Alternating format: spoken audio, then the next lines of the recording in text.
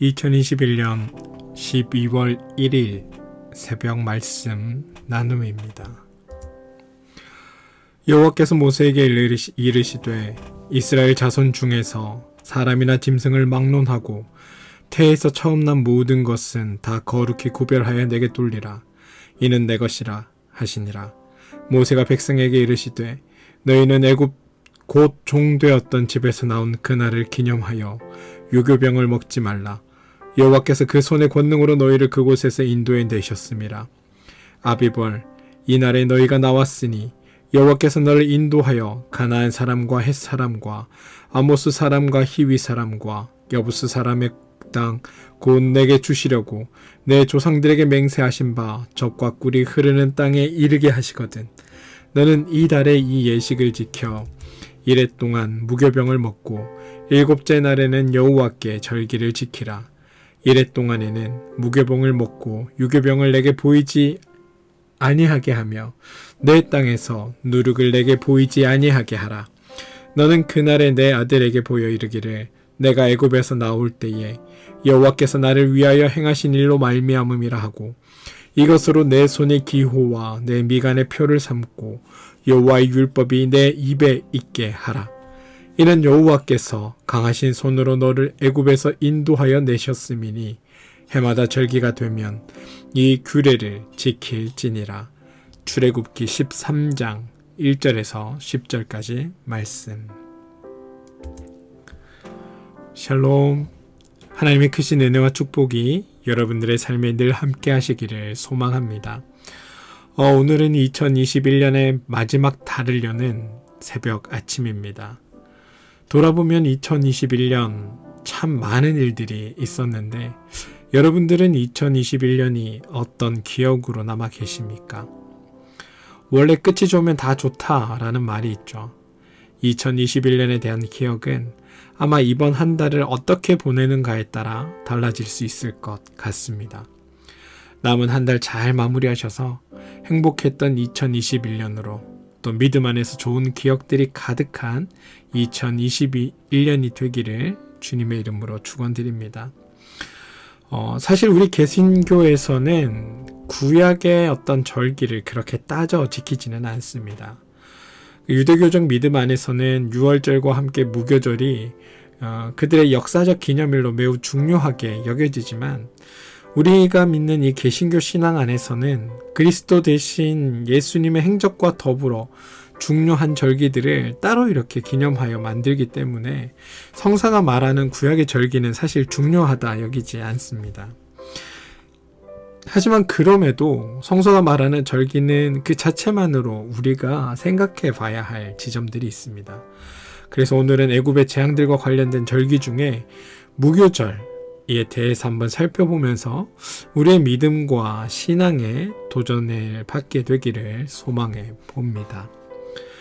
무교절은 이스라엘 백성이 출애굽 당시 무교일을 지키게 된 것을 기념하여 지키는 절기입니다. 따라서 이스라엘에게는 역사적 중요성을 띠고 있습니다. 이들은 이 무교절을 이스라엘이 애굽에서 노예의 삶을 벗어나 출애굽하여 자유인의 삶으로 인도함을 받은 데 대한 역사적인 날을 기념한다라는 의미로 이해합니다.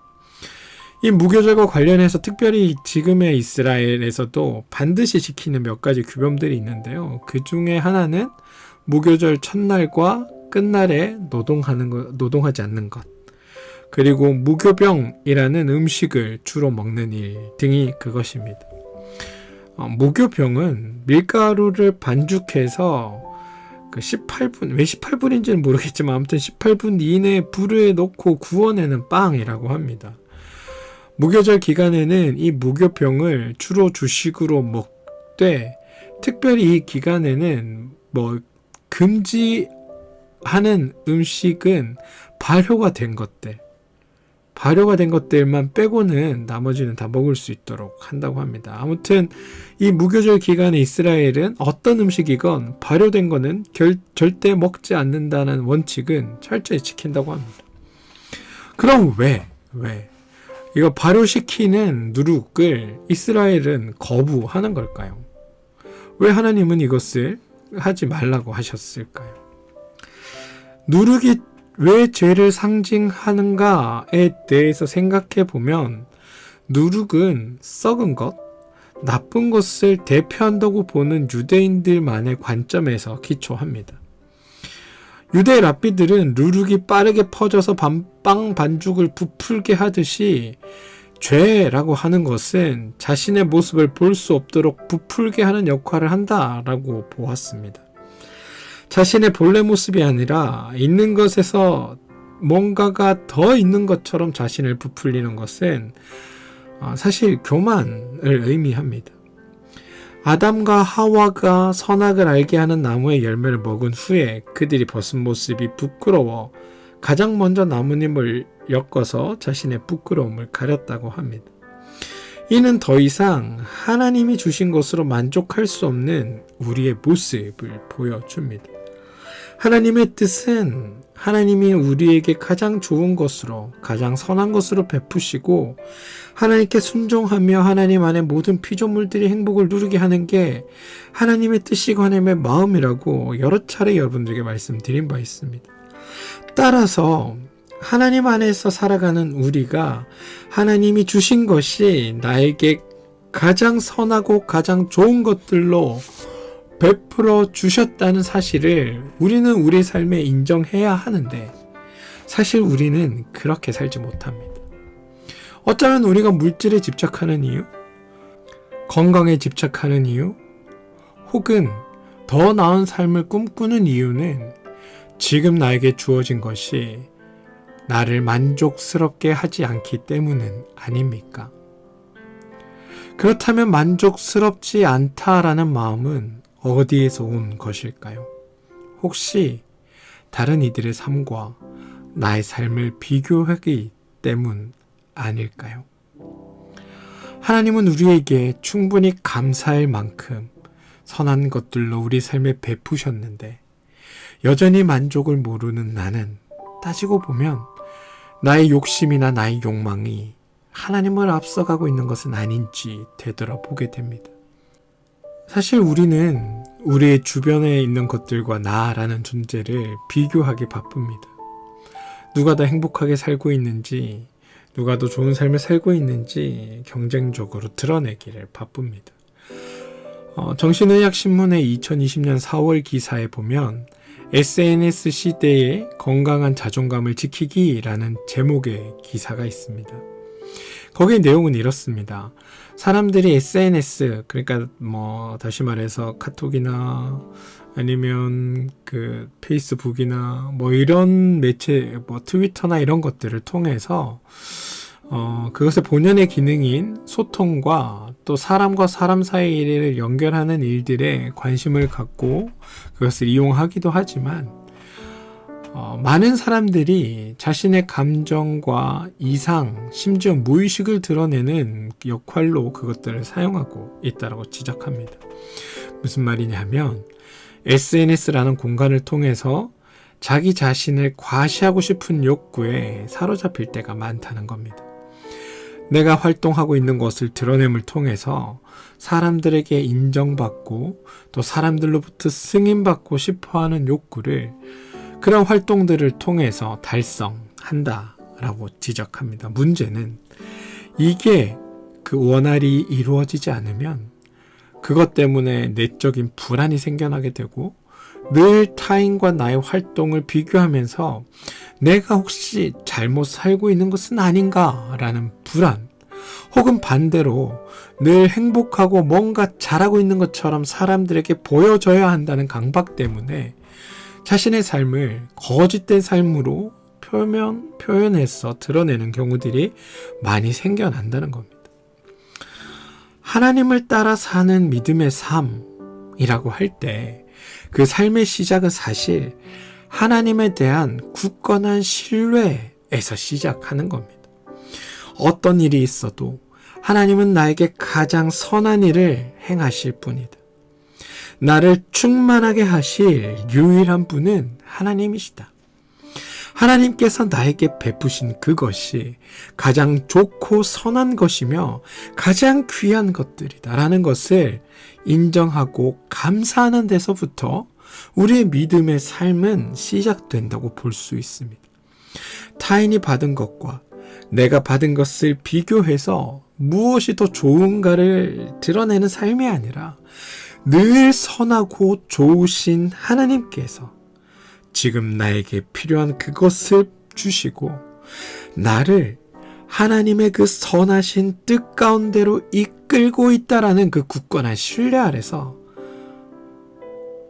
나에게 주어진 것들에 대한 감사, 또 그것들을 베풀고 나누는 삶을 통해 하나님의 사랑을 이웃들에게 드러내는 것이 하나님을 따라 사는 삶이라고 규정할 수 있다는 겁니다. 그리고 우리가 그렇게 살 때 우리는 비로소 우리의 삶의 행복과 만족을 누리며 살 수 있습니다. 하나님이 나의 삶을 책임지신다. 하나님이 내 삶의 모든 것을 주관하신다. 하나님만이 온전히 내 삶의 주인 되신다. 그리고 그 하나님은 나를 향한 선한 뜻을 가지고 계시며 그것을 끝까지 이루어내실 것이다. 우리에게 이러한 믿음이, 하나님에 대한 신뢰가 우리에게 만약 있다면 내 삶은 하나님 안에서 충만할 것이고 감사할 수밖에 없게 되지 않겠습니까? 행복하지 못할 이유가 있을까요? 나누고 베푸지 못할 이유가 있겠습니까? 더 좋은 것으로 채우시는 걸 날마다 경험하지 못할 이유가 없습니다. 그런데 우리의 삶이 그렇지 못하면 내가 진짜 믿고 있는 것이 무엇인지를 우리는 돌아봐야 합니다. 하나님인지 아니면 하나님이라고 믿고 애굽 사람들이 가짜 신을 만들어냈듯이 내가 만들어낸 가짜 신은 아닌지. 오늘 이스라엘 백성은 하나님만을 의지하며 나가야 하는 그 중요한 기로에 서 있습니다. 죽이 되든 밥이 되든 이제 하나님이 이끄시는 대로 하나님만을 붙들고 살아야 합니다. 그런 삶의 첫 발을 이제 내딛어야 합니다. 어제까지는 하나님이 누구인지도 몰랐지만 그분이 애굽에 행하는 일들을 보면서 이젠 하나님이 애굽의 어떤 신들과도 감히 비교조차 할 수 없는 위대한 신, 아니 세상 유일의 참된 신은 하나님밖에 없다라며 고백하면서 하나님만을 의지하겠다고 결단하며 따라야겠다고 생각한 자들만이 하나님을 따르게 되었습니다. 그게 그냥 생각만으로 되는 거겠습니까? 그 일을 위해서 정말 신실하게 하나님을 믿지 않으면 그 일이 가능이나 하겠습니까? 하나님을 믿는다는 것은 이런 겁니다. 그냥 머리로 좋은 것이 아니라 내 생을 다 거는 일이라는 겁니다. 내 모든 것을 온전히 내어 맡기는 일이라는 겁니다. 그리고 그것을 할 수 있을 때 우리는 비로소 하나님과 함께 한 걸음을 내디딜 수 있게 됩니다. 그리고 그제서야 믿음의 길을 걷는다라고 말할 수 있습니다. 긴가민가 하면 차라리 가지 않는 편이 더 나을지도 모릅니다. 하나님을 따라 나섰던 첫 세대 이스라엘 백성 중에 가나안 땅에 들어간 이는 아무도 없습니다. 전 여러분들이 그 사실을 기억하면 좋겠습니다. 지난주 제가 6월절을 설명하며 흠없는 양과 염소는 하나님께 제사를 드리거나 하나님께 예물을 기념하기 위한 것이 아니라 이스라엘 백성을 먹일 하나님의 준비이자 선물이라는 말씀을 드렸습니다. 긴박하게 떠나야 할 상황에서도 이 일을 이루신 하나님을 경배하기 위해서가 아니라 하나님께서 그를 따르는 모든 이들에게 가장 좋은 것으로 가장 귀한 것들로 먹이겠다는 하나님의 선언이 그 어린 양, 그 염소 속에 포함되어 있다는 겁니다. 더 나아가서 하나님을 하나님으로 인정하는 하나님의 백성, 하나님의 자녀들인 우리들을 하나님께서 끝까지 책임지겠다는 하나님의 의지가 그 어린 양 안에 포함되어 있다는 말씀을 드렸습니다. 하나님은 그렇게 하나님 스스로 다시 한번 우리에게 약속을 하셨습니다. 그리고 이제 이스라엘 백성들이 결단해야 하는 겁니다. 누룩이 들어가지 않는 빵을 먹으며 내 속에 남보다 높아지려는 마음, 내 속에 만족할 줄 모르는 욕심, 내 속에 끊임없이 나를 드러내 보이고 싶은 욕망의 구루토기를 내려놓고 오직 하나님만을 의지하며 네가 너에게 베푸는 것들에 하나님이 우리에게 베푸시는 것들에 우리가 만족하며 나아갈 수 있는가를 날마다 물으며 하나님 앞에 서는 일이 바로 무교병에 담긴 하나님의 뜻이며 우리를 향한 하나님의 질문이 아닐까라는 생각을 해봅니다. 교만을 버리는 마음, 높아지려는 마음, 내가 하면 더 잘할 수 있다는 그런 생각들을 내려놓고 하나님만을 의지하며 나가는 것, 그게 우리의 신앙입니다. 여러분은 어떠십니까? 혹시 여러분이 하나님을 믿는 이유가 내가 지금보다 더 잘 살고 더 잘 되고 싶은 생각 때문입니까? 좋습니다. 그 생각이 잘못된 것은 아닙니다. 하나님도 그걸 원하십니다. 그런데 그렇게 그리는 그러한 삶이 여러분의 생각 속에 세상의 다른 이들보다 더 높은 삶이거나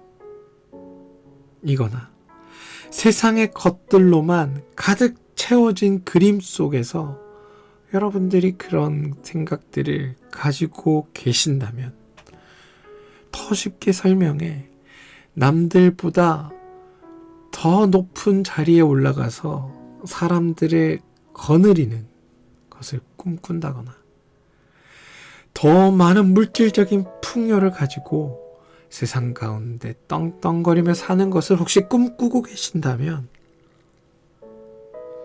여러분들이 믿는 대상이 무엇인지를 다시 한번 생각해 보기를 권해드립니다. 혹시 개구리를 신으로, 메뚜기를 신으로 섬기고 있지는 않은지 돌아보시기 바랍니다. 진짜 하나님의 뜻이 아니라 여러분이 만든 여러분의 뜻을 하나님이라고 생각하여 믿고 계신지는 아닌지 되돌아보시기를 권해드립니다. 하나님은 우리 스스로가 하나님보다 높아지려는 마음을 가장 미워하십니다. 성경은 그것을 교만이라고 부릅니다. 단순히 죄가 내 안에 부푸는 것으로 그치는 것이 아니라 나를 자랑하고 싶은 마음, 나를 높이려는 욕구, 타인과 비교해서 내가 더 잘 되어야 한다는 생각 등등 내가 하나님보다 더 높아지려는 우리의 교만함들을 주님 앞에 내려놓고 주님 안에서 순종과 감사의 삶을 사는 것이 우리 성도들의 삶이라는 것을 하나님을 막 따라 나서려는 이스라엘 사람들과 하나님을 나의 삶의 주인으로 모시고 살겠다는 지금 우리에게 오늘 주님은 묻고 계십니다. 아니, 요구하고 계십니다. 사랑하는 성도 여러분, 무교병은 이스라엘 전통에서 겸손과 순종을 의미한다고 합니다. 하나님 앞에 그리고 나의 이웃 앞에 나를 낮추고 하나님의 그 말씀 가운데 순종하는 삶, 이러한 삶을 위해 먼저 타인이 받은 것과 내가 받은 것을 비교하는 것이 아니라 선하고 좋으신 하나님께서 지금 나에게 가장 필요한 것들을 주시고 나를 하나님의 선한 뜻 가운데 이끌고 가고 계시다는 그 굳건한 신뢰 아래 비록 주어진 상황은 말할 수 없는 괴로움이라 할지라도 결국 그것을 하나님의 그 뜻을 나를 통해 반드시 이루시리라는 하나님의 선한 뜻이 있다는 것을 믿고 나에게 주어진 것들에 대해 감사하고 베풀고 나누는 삶을 통해서 하나님의 사랑을 이웃들에게 드러내며 사시는 여러분들의 삶 되시기를 주님의 이름으로 축원드립니다. 하나님을 따라 사는 삶의 행복의 시작은 사실 하나님께서 내게 베푸신 것이 가장 좋고 선한 것이라는 것을 인정하고 감사하는 데서 시작됩니다. 오늘 여러분의 삶에 그런 고백들이 이어지는 복된 날 되시기를 주님의 이름으로 기도드립니다. 함께 기도하겠습니다. 하나님, 우리는 자꾸만 높아지려 하고 남을 짓밟아서라도 남 위에 군림하고자 하는 욕구를 가지고 삽니다.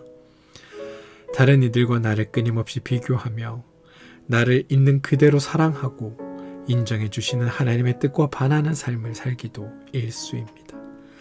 그런데 주는 그러다 보니 내 삶에 나를 돌아볼 여유도 타인을 바라볼 틈도 없이 살기 바쁩니다.